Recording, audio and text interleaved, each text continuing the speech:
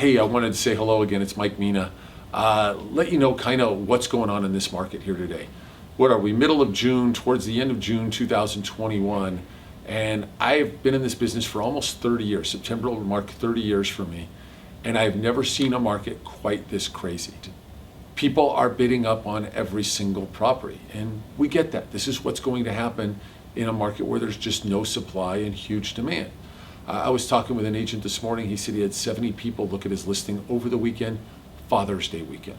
Now, a lot of people don't look at properties on Father's Day, but maybe a lot of bad fathers out there where people don't want to see their dads and go look at property instead. Who knows? Because many of these houses are not appraising at the value that you're purchasing it for. And so where the biggest issue is let's say, for instance, I go to buy my first house at $700,000. I have a 3.5% down payment, and I want to go ahead and I want to put that down on the new property. Well, I go and I look at a property and I see it and it's $700,000 and I end up paying $750 for it. And it appraises for $700. Now what do? Well, I have to come up with the $50,000 gap plus the 3.5% down. Well, that's not so good, is it? I don't have that much money. Otherwise, I would have said, I'm going to put down $80,000. Well, guess what? You don't have it. I get it. That's how the world works. So what do? We hook up with the best agent in town or the best agent you know of that is connected in the area that you want to buy.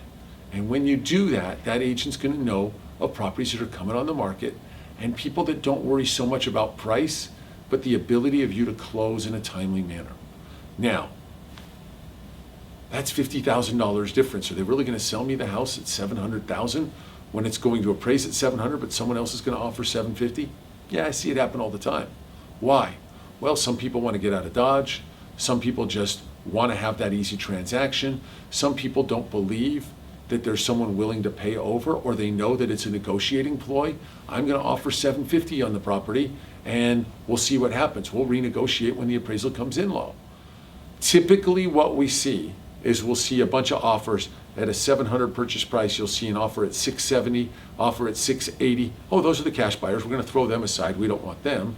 Then you'll see the 700s, and those are the 10 and 20 and 30% down people. And then you'll see the one offer with FHA financing at $775,000 or $750,000 or whatever that is. I said, why don't you just offer $1.7 million with 3.5% down, because it's not going to appraise and you don't have the money to back it up. That's the problem. So those people have inflated the values even though they're not getting the houses. But the only way as a first-time buyer or a buyer who's moving up with a small amount of money down to get that offer accepted is to really have the agents work with you. And that's getting the best agent and the best lender in that town to work with you to make that deal happen. So that would be my number one suggestion.